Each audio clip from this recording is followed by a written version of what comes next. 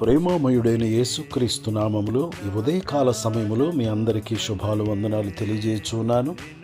ప్రియులారా, ఈరోజు దేవుని వాక్యము 23వ కీర్తన 4వ వచనము. గాఢాంధకారపు లోయలో నేను సంచరించినను ఏ అపాయమునకు భయపడను. నీవు నాకు తోడయుందువు, నీ దుడ్డు కరయు నీ దండమును నన్ను ఆదరించును. ప్రియులారా, కీర్తనాకారుడైన దావీదు దేవునిని కాపరిగా కలిగి ఈ మాటలు పలుకుచూ ఉన్నాడు.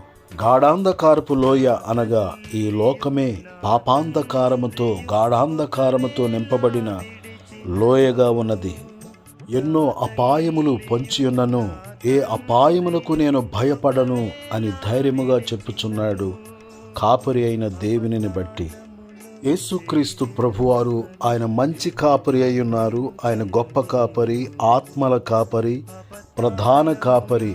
ఆయన మనకు తోడుగా నీడగా ఉండే దేవుడై ఉన్నాడు. దేవుడు మనకు ఆశ్రయమును దుర్గమునై ఉన్నాడు. ఆపత్కాలములో ఆయన నమ్ముకొనదగిన సహాయకుడై ఉన్నాడు. దేవుడు తన వాక్యము ద్వారా మనలను ఆదరించు దేవుడై ఉన్నాడు.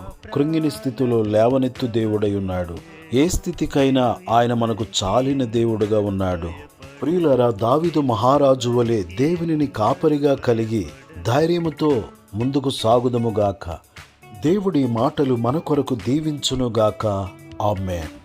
దయగల మా తండ్రి, ప్రేమగల మా యేసు ప్రభువా, నిన్ను స్తుతిస్తున్నాము. గాఢాంధకారపు లోయలో మేము సంచరించుచుండగా నీ కృప మాకు చూపించుచున్నందుకై స్తోత్రములు.